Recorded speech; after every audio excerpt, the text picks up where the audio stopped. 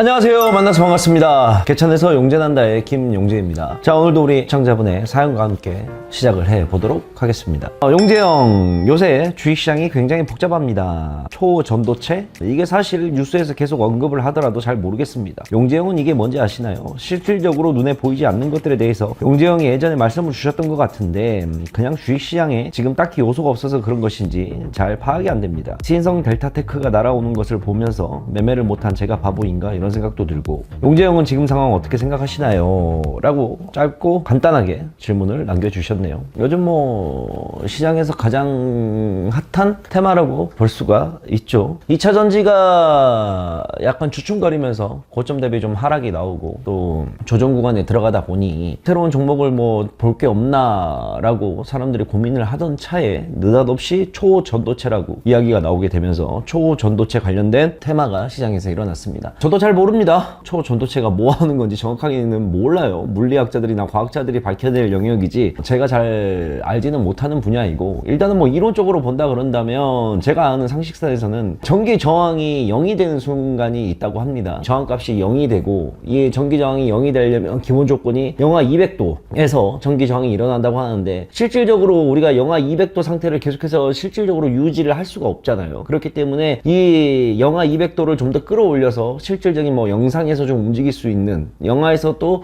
가능한 범위 내에서 온도를 좀 끌어올려서 전기 저항이 0이 되는 구간을 만들려고 하는 건데, 그거를 이제 초전도체라고 많이 이야기를 하고 있습니다. 실질적으로 이게 만약에 상용화가 된다 그런다면 비단 우리나라뿐만이 아니라 전 세계의 모든 것들에 대한 전반적인 부분이, 사업적인 거, 산업적인 것들, 일상생활까지 모든 게 다 굉장히 한 단계 더 업그레이드 될 수가 있는 획기적인 발명이라고들 이야기를 해요. 그래서 초전도체에 관련된 연구를 지난 몇십 년 동안 계속을 해왔었는데, 실질적으로 이게 가능하게끔 만들기 위해서는 굉장히 어려운 거기 때문에 국내에서 지금 관련된 그래서 이야기가 나와서 이제 전 세계 자들과 전 세계 이제 과학기관들에서 굉장히 다양한 의견을 내고 있죠. 어떤 부분은 얼마 전에 여기 자료조사를 좀 해갖고 왔는데, 뉴 사이언티스트 측 보도를 보게 되면 왜 전체가 뜨지 않느냐, 샘플이 퍼펙트하지 않다, 일부만 초전도체화 되어 있다, 그 답변이 나온 것도 있고, 그 다음에 또 버클리 국립연구소 LK99가 초전도체인지는 확실히 알 수는 없으나 이론 자체의 가능성을 확인했다라는 뜻으로 좀 해석이 나오고 있고, 중국 쪽에서도 또 중국에 관련된 논문들이 나오고 있고, 그래서 과학계에서도 서로 의견이 지금 분분한 내용입니다. 그래서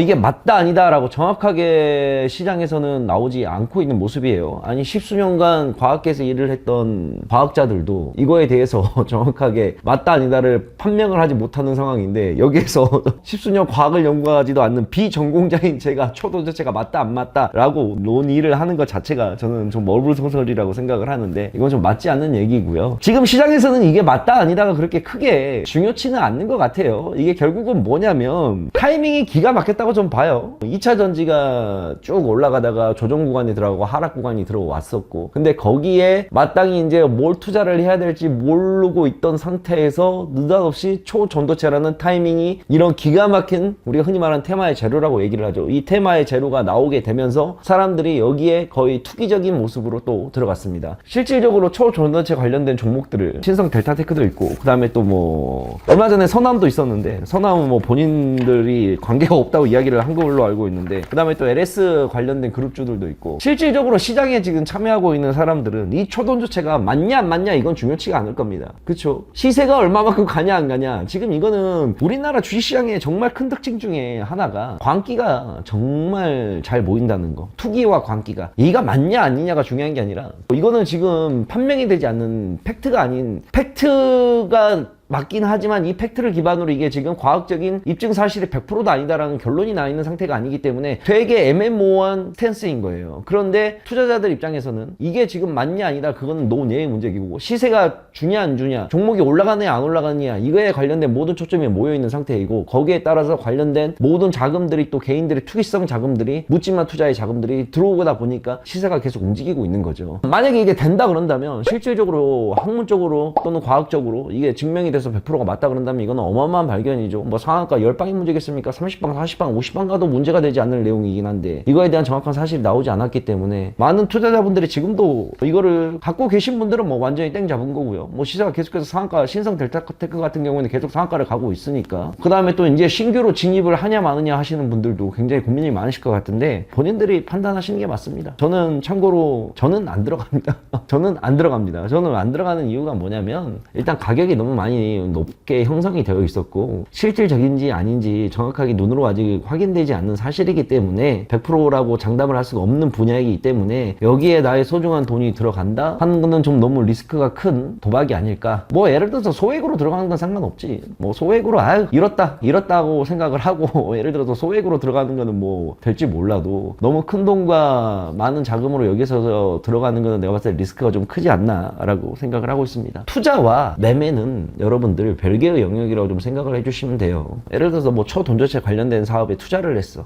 지금 이게는 가능하지 않겠지만 이게 만약에 가능해지고 실질적으로 된다 그런다면 나는 정말 많은 돈을 벌 수 있을 거야 라는 생각으로 회사의 지분을 사고 투자를 했습니다. 물론 투자라는 게 될 수도 있고 안 될 수도 있는 거예요. 그 투자는 단기간에 성과를 보고 나서 하는 걸 수도 있고 아니면 장기간의 성과를 보고 투자를 한 걸 수도 있죠. 우리가 뭐 꼭 비단 주식에다가 투자를 하는 것뿐만 아니라 모든 사업적인 부분에 있어서 그 다음에 또 사람한테 투자하는 것도 그렇고 뭐 여러 가지 투자라는 것 자체가 늘 리스크를 안고 원금을 잃어버릴 거 생각도 어느 정도 한 상태로 투자를 하지 않습니까? 이거는 말 그대로 투자의 영역이고 매매의 영역은 여러분들이 하고 있는 거는 지금 매매의 영역이라 생각을 해요. 우리가 들어가서 이 회사랑 운명을 같이 할 겁니까? 아니라는 거지. 여러분들이 이 회사 운명을 같이 할 거예요? 아니잖아요. 여러분들의 시세 차익을 노리고 주식 투자를 통해서 돈을 벌려고 하는 거잖아요. 그럼 우리는 매매로서 접근을 해야 된다는 게 저는 맞다고 생각을 하고 있습니다. 자, 그런데 이 매매로 접근을 해야 되는데 만약에 지금 구간에서 만약에 우리가 고점에서 들어가서 어느 순간 광기라는 게 뭐예요? 투자의 광기. 지금 얘네들이 이렇게 미친 듯이 올라가는 게 투자의 광기가 지금 모여서 집약체로 돼서 올라가고 있는 건데 이게 만약에 광기가 지금 너도 나도 들어가자 해서 이 광기가 있는데 이 광기라는 거는 언제든지 역으로 뒤바뀔 수도 있다는 걸 우리가 생각을 해야 되겠죠. 언제든지 고점에서 투자의 광기가 다시 매도로 전환된다고 했을 때 이 매도의 폭이 그만큼 크게 나올 수도 있다는 걸 우리가 생각을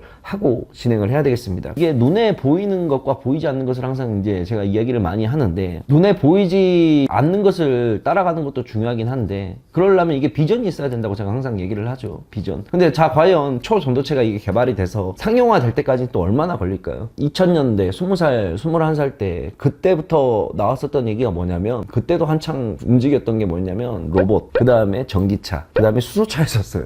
근데 결국에는 로봇과 전기차와 수소차는 아직 시장에 나오긴 나오는데 효율성이 너무 떨어지니까 수소차는 아직도 먼 미래야. 그나마 20년이 지나서 내 눈에 보였던 게 이제 뭐야? 전기차가 보이고 로봇이 보이고 20년이라는 세월이 흘러서 자 초전도체가 만약에 이게 상용화가 될 때까지 그런다면 얼마나 또 많은 시간이 필요하겠어요. 그래서 이거를 투자의 관점과 투기의 관점으로 보기보다는 우리는 초전도체에 관련된 종목들을 볼 때는 매매의 관점에서 보는 게 맞다. 그리고 언제든 매매는 리스크를 동반을 하고 광기가 매도로 전환되게 되면 언제든지 폭락이 나올 수가 있고 급락이 나올 수가 있는 부분이기 때문에 접근을 할 때 굉장히 신중히 접근을 하고 내가 감내할 수 있을 만큼의 수준만큼만 매매를 하는 게 맞지 않나 라고 저는 우리 시청자 여러분들에게 이야기를 드리고 싶습니다. 관심은 갖되 너무 빠지지는 않았으면 좋겠어요. 근데 이렇게 아무리 말을 해도 이게 실질적으로 매매를 또 하는 사람들은 그런 게 있어. 자 예를 들어서 2차전지를 관련된 이야기를 좀 한번 해보자 그런다면 자 에코프로를 뭐 10만원, 20만원, 30만원, 40만원, 50만원에 산 사람은 지금도 100%대 수익이야. 조정을 받았어도. 근데 에코프로를 꼭지에서 산 사람은 한 마이너스 30% 넘게 손실 중이야. 그러면 이 사람들은 꼭지에서 산 사람들은 뭔 생각을 하게 되냐? 야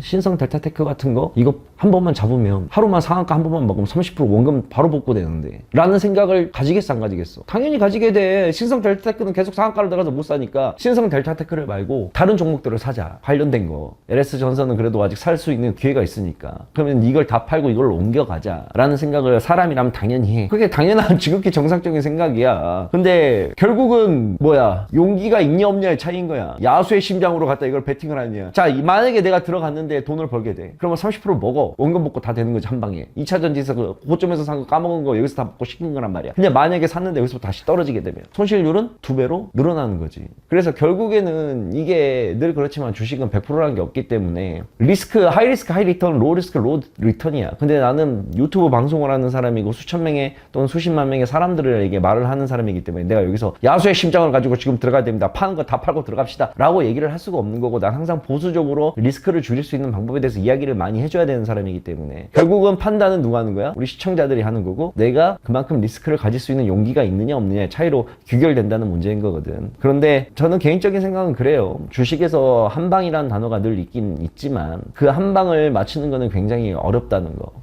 거. 결국은 제가 주식을 20년 넘게 하면서 느낀 거는 신압으로 가는 게 제일 좋은 것 같아요. 스텝 바이 스텝으로. 까먹은 건 어떻게 하겠습니까? 까먹은 거는 그나마 리스크를 적은 상태에서 다시 복구를 하려고 해야지. 근데 만약에 다시 한번 베팅을 하고 용기를 내서 또는 큰 리스크를 안고 또 했는데 이게 또 짜그라지게 되면 그때부터는 복구가 아예 불가능한 수준까지 올 수가 있습니다. 그러니까 우리 시청자 여러분들, 주식하시는 우리 분들도 신중하게 생각을 해서 초전도체 관련된 종목들을 접근을 한번 해보시길 바라겠습니다. 아시겠죠? 관련된 내용은 다음에 또 한 번 더 언급할 기회가 있으면 이거 언급을 또 한번 해보도록 할게요. 자, 오늘은 이렇게 초전도체 관련된 내용을 가지고 이야기를 나눠봤습니다. 다음에 또 다른 사연으로 만나 뵙도록 할게요. 안녕. 주식 상담소는 아래에 남겨주시면 되겠습니다.